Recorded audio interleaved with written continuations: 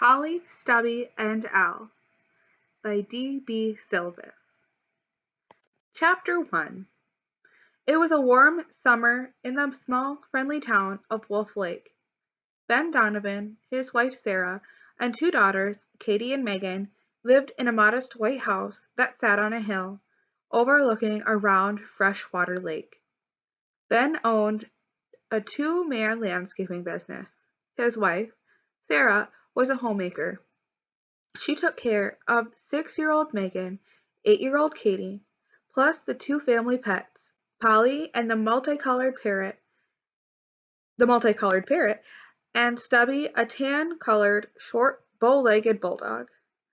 Ben has always called his wife Mama Sara. The two young girls have learned this from their father and also call their mother Mama Sara.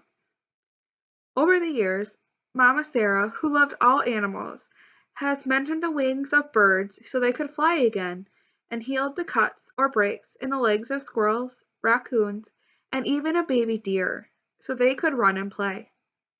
During the last week of June, Mama Sara found a black crow in the woods behind their house. The crow was lying on the ground. He had a head injury, and his tiny tongue had been badly cut. She took him home and tended to his injuries. It took 2 weeks for the crow to heal.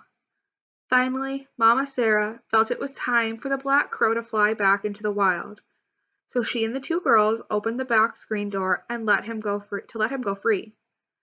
The black crow went outside and flew into the air. Then, to their surprise, he returned and landed on the porch railing. He stood looking at them. Unlike the other animals Mama Sara had healed in the past, he didn't leave. He stayed with them and became one of their family pets. They named him Al. One afternoon, Mama Sara, Megan, and Katie were sitting on the back screen porch. Polly was in her cage, Stubby was lying on the floor, and Al was perched on the back of a chair. Ben's Ford pickup pulled into the driveway. He got out and walked up to the porch door. Ben usually said, "I'm home, Mama," every time he arrived home from work. However, this time when Ben opened the screen door, they were all amazed as Al said, "I'm home, Mama." The four of them stared at Al as he repeated, "I'm home, Mama." They were used to Polly the parrot saying things like, "Hello, Ben. Polly wants a cracker," or "Where's Sara?" However, for Al to speak, that surprised them. They stared at Al. He returned their gaze. "Ben's home, Mama Sara," said Al. This time they were stunned. From that day forward, nothing was the same in the Donovan household. Al became their talking and mischievous bird. One morning, little Megan was in the den. She was having a piano lesson from Mama Sara. Katie was practicing ballet movements out on the grassed-in porch that looked over the lake. Suddenly, they heard Mrs. Corstange, an elderly, heavy-set German neighbor from across the street, yelling. They rushed to the back porch. Mrs. K, as they called her, dressed in her long green terry-cloth bathrobe, was running across her yard, swinging a straw broom over her head. She was very obviously upset as she ran right through her flower bed, crushing the beautiful multicolored pansies. Mrs. K was waving the broom and yelling German words that they didn't understand. Otherwise, Mama Sara might have been covering Megan and Katie's ears. The brunt of Mrs. K's fury was Al, who was flying in front of the irate woman. Al was crying, "Mama, Mama, help Al!" Mama Sara and the two girls stepped out onto the porch and opened the door as Al flew to them. He landed on Sara's outstretched arm. Mrs. K stopped in the middle of the road. She was still shaking the straw broom and shouting in her German accent, "Sara, Al did it again. He pulled the cap off the milk bottles and drank all the cream." She stood in the road for a few minutes and then abruptly turned and walked back in the home. Mama Sara shook her head. "Oh, bad Al." She sat him down on the back of the chair. Al lowered his head and spread out one of his wings as if bowing. "Bad Al," he said. Megan and Katie laughed. Mama Sarah said, "Yes, bad Al." She looked at Katie. "Take 2 of our new bottles of milk over to Mrs. K, and tell her I'll be over later to apologize." Chapter 2. One day that week, when Ben arrived home from work, he opened the screen door and was greeted by Polly, who was sitting on the perch in her large cage. "Work hard, Ben?" Ben smiled, walked over and scratched Polly's head.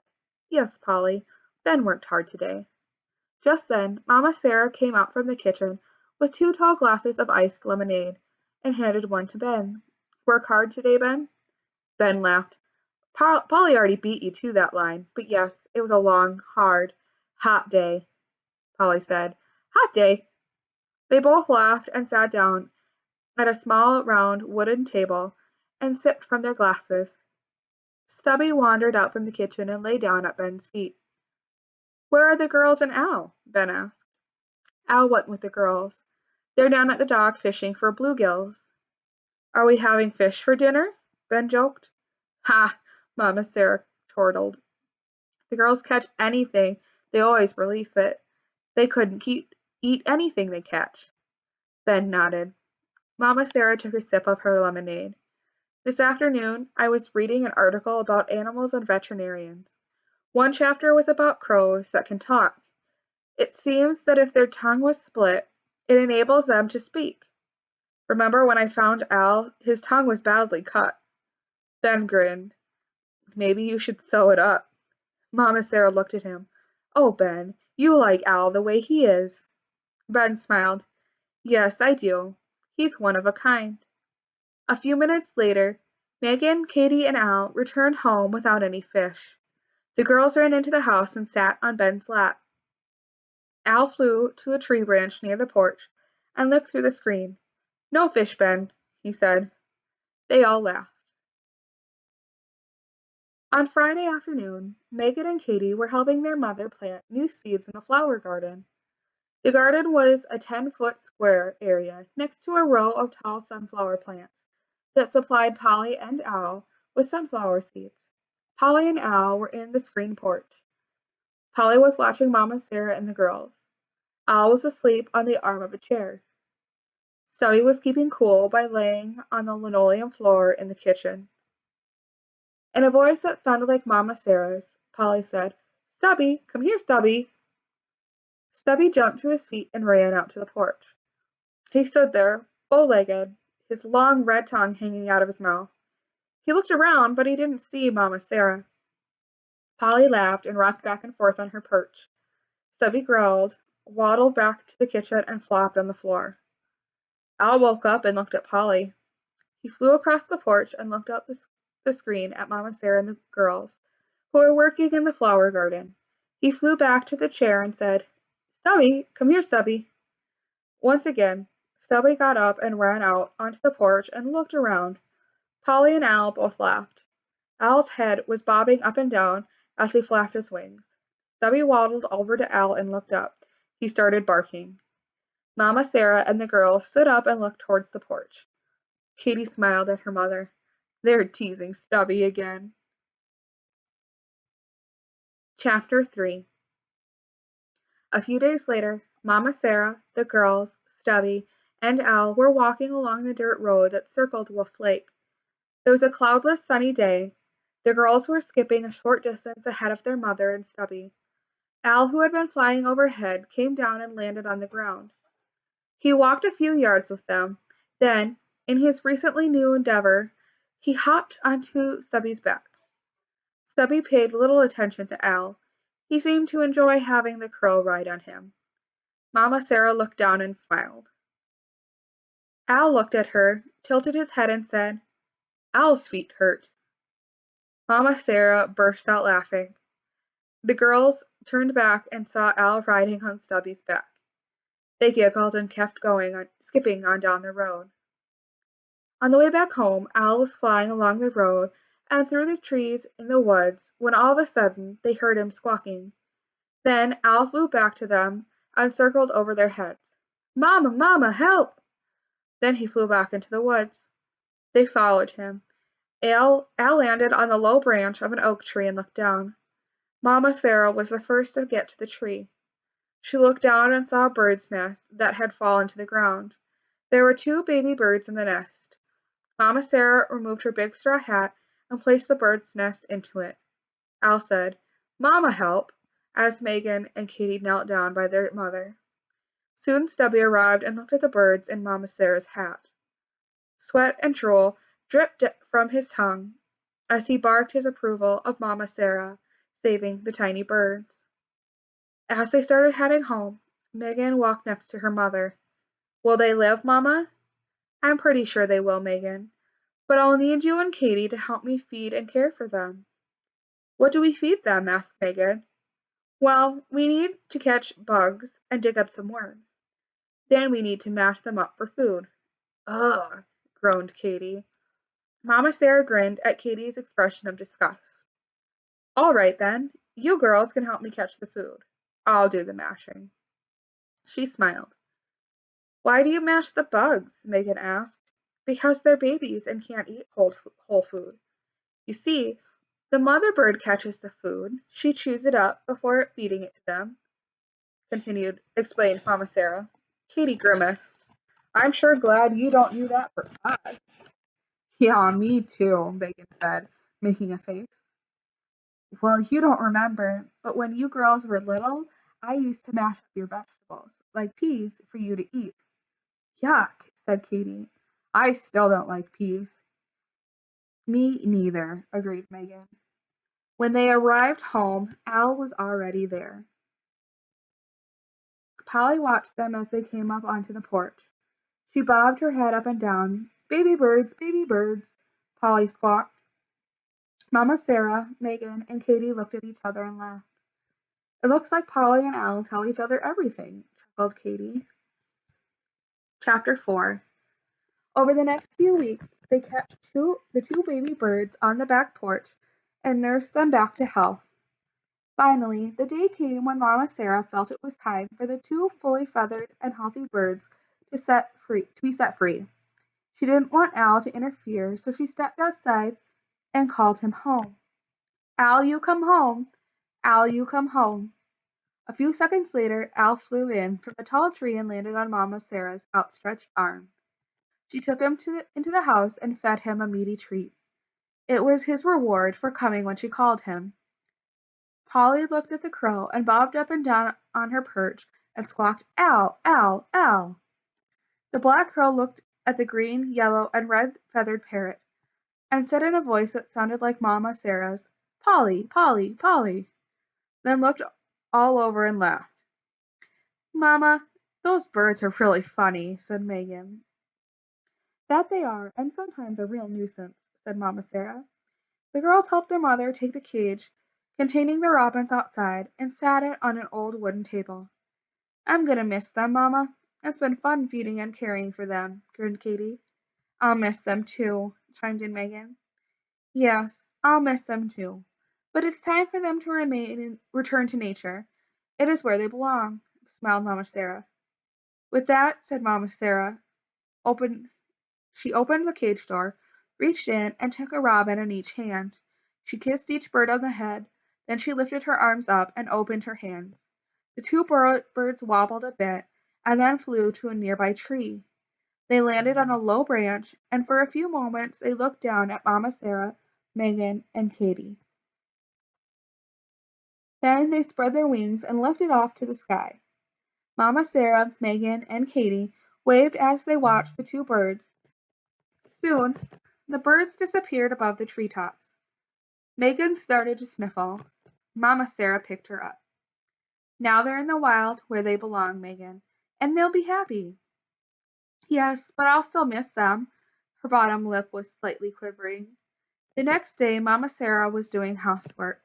The girls were in the kitchen eating ham sandwiches when they heard their mother's voice calling Al. They got up from the table and went to the back porch. It wasn't Mama Sara calling Al, but Polly. "Al, you come home. Al, you come home," Polly called, sounding just like Mama Sara. Al flew home, but when he didn't see Mama Sara, nor was there a meaty treat for him, he got angry. Al stood on the porch steps railing and swore at Polly. Then he flew over to the screen by Polly's cage, and then swore some more. Mama Sara heard the commotion and came out to the porch. "Cover your ears, girls. He's swearing like your dad does when he hits his thumb with a hammer." Mom- Mama Sara went into the kitchen and got a meaty treat. She walked outside and gave it to the angry crow. Owl took the treat and flew to a nearby tree branch and started to eat the meat. The girls laughed at the two funny birds. Mama Sara went back to do her housework, and the girls went back to the kitchen to finish their lunch. Every now and again, Al would stop eating, and he'd stare at Polly. He was still angry at the parrot who tricked him. Chapter 5. The following Saturday, on a beautiful Sunday afternoon, Ben was mowing the lush green grass in their yard. Mama Sara, the girls, and Stubby had left and were walking down the dirt road toward the main beach area. It was only 3 blocks from their house. Al was flying ahead of them. They were going to the Wolf Lake Amusement Park. Mr. Danglas, a short, chubby Greek man, had built the mini amusement park a few years earlier. When he closed his large amusement park in a nearby city and moved to Wolf Lake, he brought with him a Ferris wheel, a merry-go-round, rowboats, and a few games like throwing balls at milk bottles, darts at balloons, and other carnival-type games. The prizes were usually small, stuffed animals, or other cartoon character chalk statues. The girls' favorite ride was the merry-go-round. There was also a wildlife park with cages of birds, monkeys, and other small animals, while peacocks strutted freely about. Al, who always followed them to the park, usually went straight to this area. There were a variety of beautiful flower gardens. In each garden were different types of flowers. There was one garden full of white, red, yellow, and orange tulips. The other garden was loaded with colorful pansies, another with a bed of red, yellow, and white roses. The park was beautiful and very colorful. After they had enjoyed the rides and games, Mama Sara bought the girls each a cotton candy. Then they walked over to the area where Al was walking by the peacocks. Mama Sara and the girls sat on a green park bench to eat their cotton candy. Stubby lay at their feet. The bench was located next to a 4-foot-high tree stump. Megan was swinging her legs and was pointing at the various caged birds and monkeys. "Do you girls remember the monkey song I taught you a couple of years ago?" Mama Sara asked. "I do," said Katie as she raised her hand. "Do you remember, Megan?" "I think so, Mama." "Okay, then let's sing it. We'll start on 3. 1, 2, 3." They all started to sing. "I went to the animal fair. The birds and the beasts were there. The big baboon, by the light of the moon, was combing his auburn hair. A monkey fell out of a tree. He landed on an elephant's trunk. The elephant sneezed and fell to his knees. And what became of the monk, the monk, the monk?" They all laughed. "That was really good," said Mama Sara as she applauded. Al hopped over near the green park bench and looked up as though wondering what they were doing. A wildlife photographer, obviously thinking Al was one of the wild animals, was trying to get a picture of the black crow. As Al got near the bench, the photographer looked at Mama Sara. "Lady, could I get you and the girls to sit real still and not move? I want to get a picture of that large crow." Mama Sara nods. "All right, let's sit still, girls." The photographer looked anxiously at Al and then at Mama Sara. "I'm waiting for him. You think he might hop up onto that stump?" "He might." Mama Sara looked at Al and tapped the stump. Al jumped up onto the stump and looked at the photographer. Then Al bowed in his usual manner and said, "Hello." The photographer's mouth dropped open, and he stumbled backward, falling into a flower bed. He sat up and stared at Al. Mama Sara, the girls, and Al laughed.